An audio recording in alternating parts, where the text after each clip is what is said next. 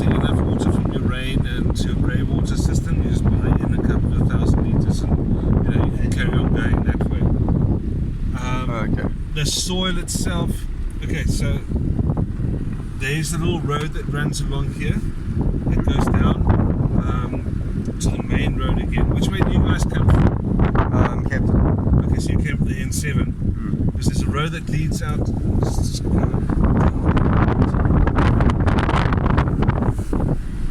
If you look carefully, you'll see between the trees there's a bucket going along there. Yeah. That's the road to Durbanville, Stellenbosch, that area. So this little road will stay here. The next plot's here. The following plot's down just below it. This one has been sold, and that one is tentatively sold as well. So we've got some more plots down the other side, which will be released. What the landowner does is he subdivides 5 hectares at a time. So 5 1 hectare plots at a time. Oh my god, so there's like a lot available. Yeah. Interesting. But what he does is he does 5 at a time, because then it's a short, quick, easy process with having it subdivided and getting it through the council and all that. Yeah. If you go with a larger piece of land, then it takes longer. Okay. So, and it literally takes years then. This process takes a couple of months. Cool. Now these two here are gone, and then the next 3 on that side are busy with them now. You can actually see the stakes sticking out, Okay. which they've been pegging off now. Oh. So here you can see another one here with the white, Yeah. and then there's another one. There, the others that side as well. So they're pegging the whole lot off here. Okay. I just want to ask you about the wind in this side. If Okay, you are- wind. The wind as it is now. Yeah. What I'm going to do now is I'll just take so the road should be carried on as we're driving now. I'm just trying to see now. So The pegs there. Yeah. So this here you can see the next. Okay, so the predominant wind is this wind blowing at the present moment. It's your southeaster. Yeah. This is your predominant wind. So north would be through, literally straight over here. Northwest, that's where your rain comes from. Oh yeah.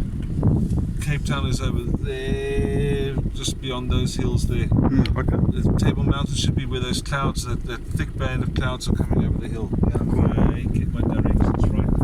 That's about it. So what's is this where there's going to be a road built? Or? Yeah, this is where the road will be built. Okay, okay. This road will come down from behind us and carry on going straight over this way. So these will be the next plots here, and the next plots there as well. Noted. And which plots was the one that was on the advert? It's just a random photo. Just any of these? Yeah. Oh, so okay, the cool. next 3 would be next 3 that are being subdivided now are these 3 here. Okay, So and did you say 5 hectares? they're 1 hectare per. There's 5 hectares being subdivided now, and there's 1 hectare per plot. Oh, okay, cool. Yeah. Okay, cool. So this is as I say, the guys have drilled for water. It's the cost of drilling and the amount of water you get. The return is just not there. You know, it's less than 1,000 liters an hour sort of thing, which is something.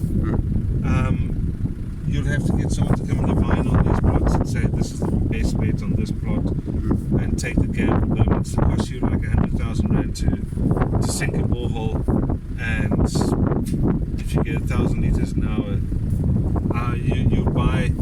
you can spend the next 10 years buying in water for the amount of money you're putting down on a borehole. It's just nuts.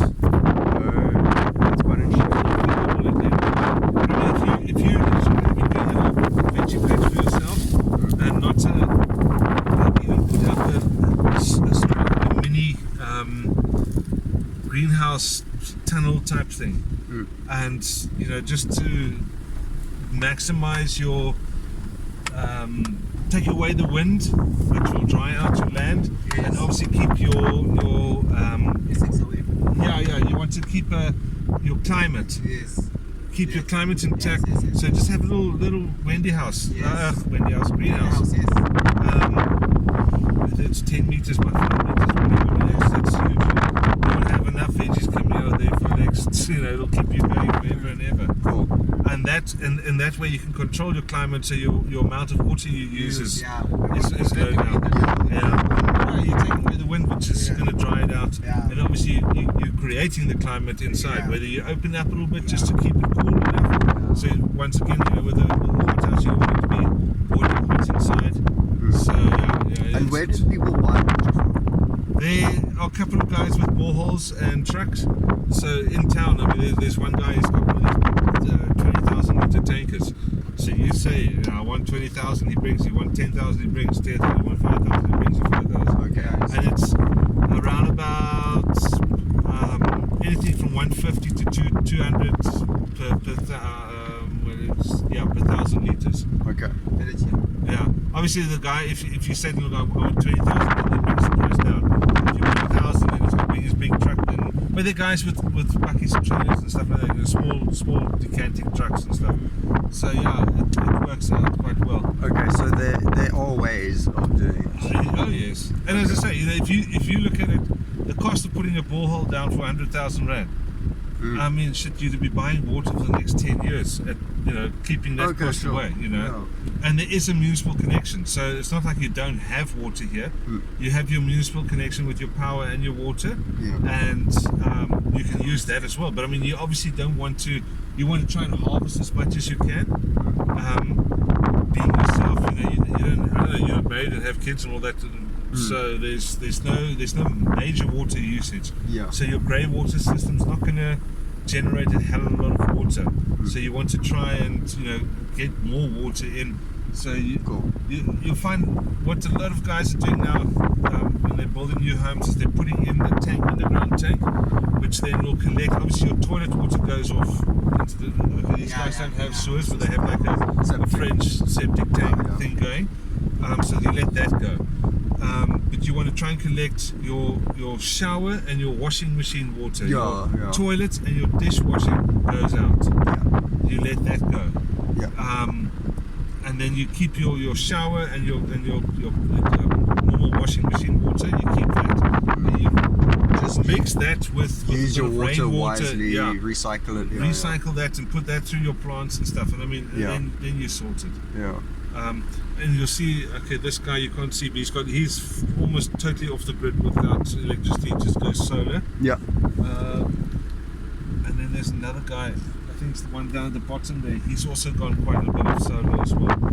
So there's another thing, you're building something fresh, go solar from the start. Put in your. Oh, nice.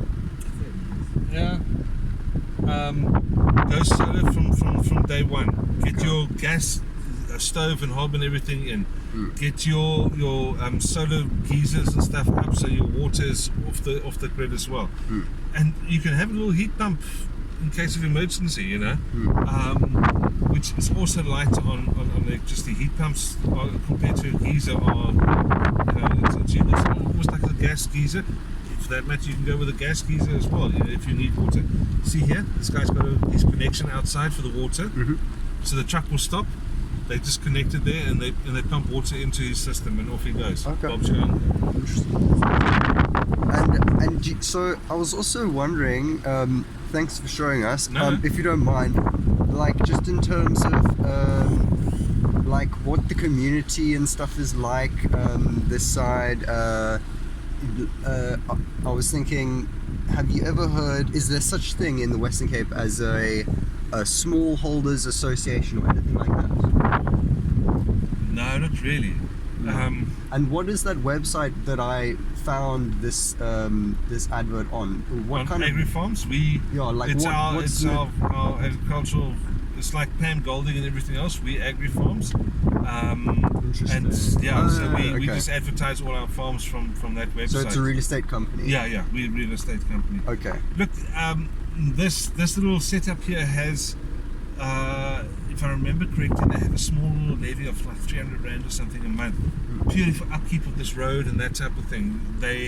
Like a committee. Yeah. But it's so it's like a road committee. Yeah, well, they but the land is a freeholding. Yeah, it's all It's all single residential, freestanding. It's zoned agricultural 1 residential. You get freeholding, and then you get, what's the other one? Title, sectional title, and all these sort of things. But Oh, that's yeah, when exactly. you have flats and all that type of thing. Yeah, so this is not sectional holding. No. Okay, cool. This is This yours. is just straight up. Okay, Yeah. so this levy is just literally for the road Literally or to something. keep the road intact and so on. Okay. Okay. Then they don't really have a homeowners association, but yeah, as I said, they just have this little levy. I said 300. I don't even think it's that. I think it's half of that. Yeah. What I want to say, 170. I'll double check that for you. Yeah, because But I mean, they come around and they say, listen, we need $100 or whatever. We've got to fix up the road. Yeah. And everybody just. Yeah, it's just the reason I ask is I also just want to get like advice on what next steps for me as someone who's interested as an enthusiast. Like maybe if I don't want to buy this place, but at least I want to like network more and stuff in Look, Western Cape about I've got another piece of land coming up. I can almost show it from here. What I said now. Let's go back here quickly. Cool.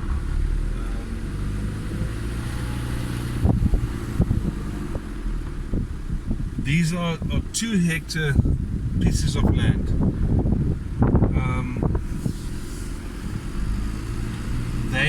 It's going to be I can't call it a gentleman's estate, but something similar to that, where they're actually going to have a homeowners association, a slight building guide. I'm going to see this now. Yes. Is that more sectional title? No. It's also zoned agricultural 1, residential. And it's very easy to subdivide if you're doing it small pieces. You're saying, so it's not really an issue. Yeah, that piece of land has been in the process of the full subdivision of 50 hectares for the last 8 years or something. If you look very carefully, you see where I'm going to try and. Take the yellow land coming down. If you look past this pole here, there's a tree just in front of you.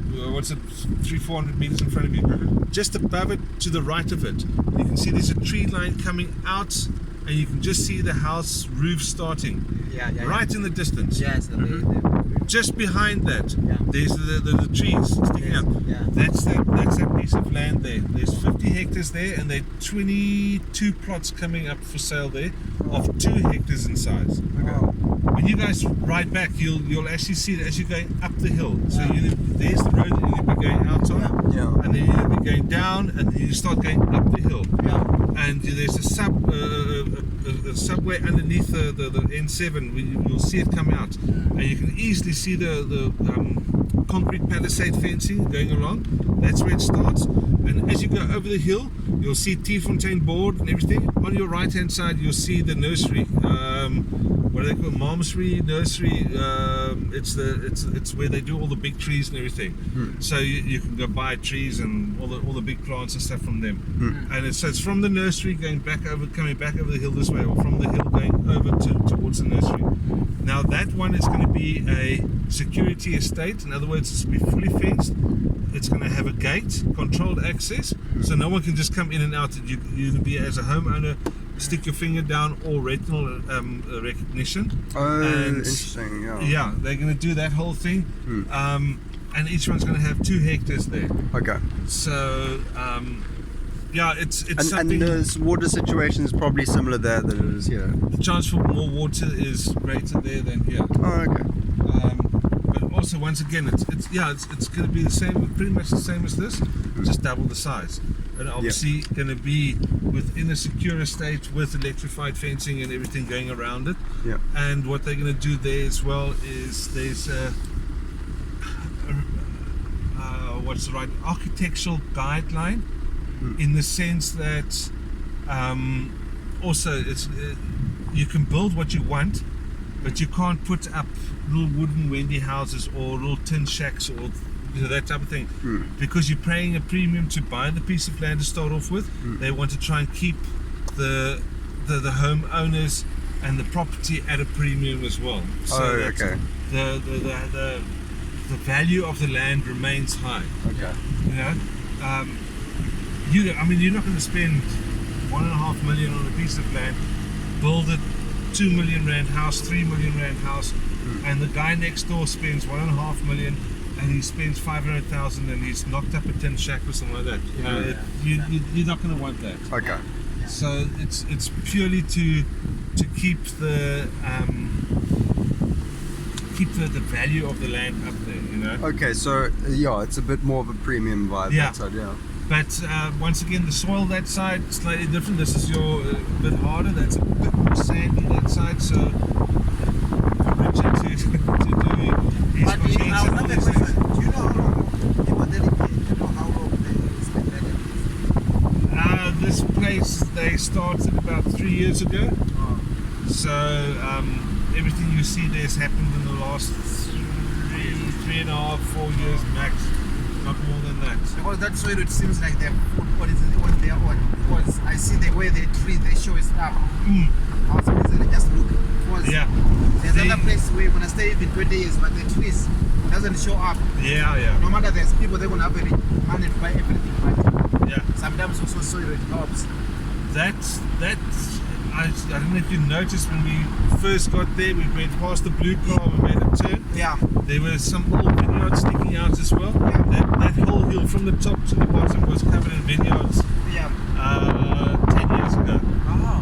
So it was always, it had vineyards on it. So it's not the worst piece of land, No.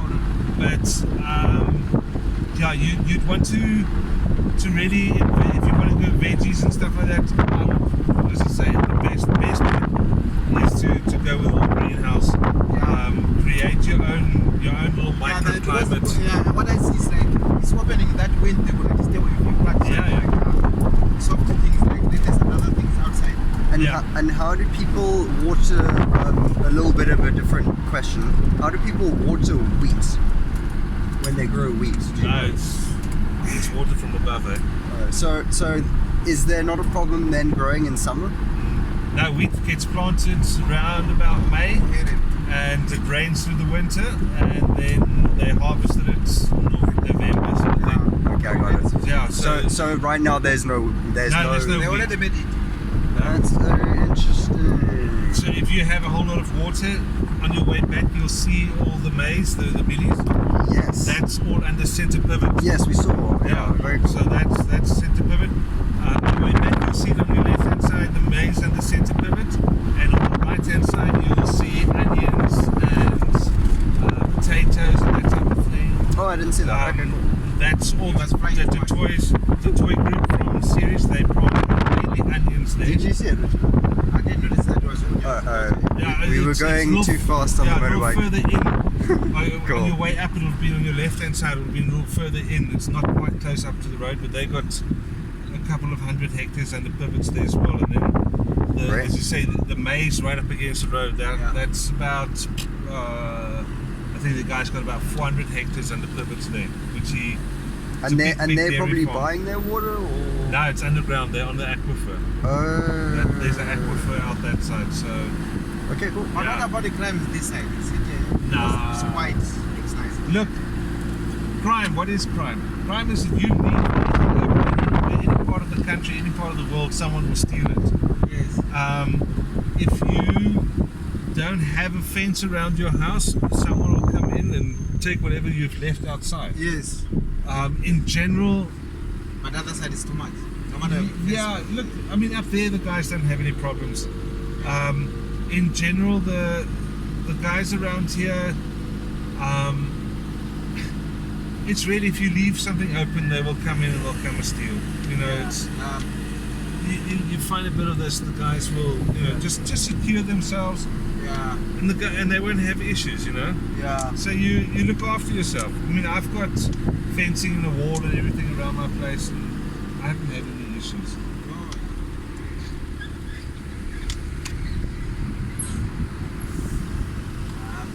Nice community. Yeah, it's peaceful out here. And then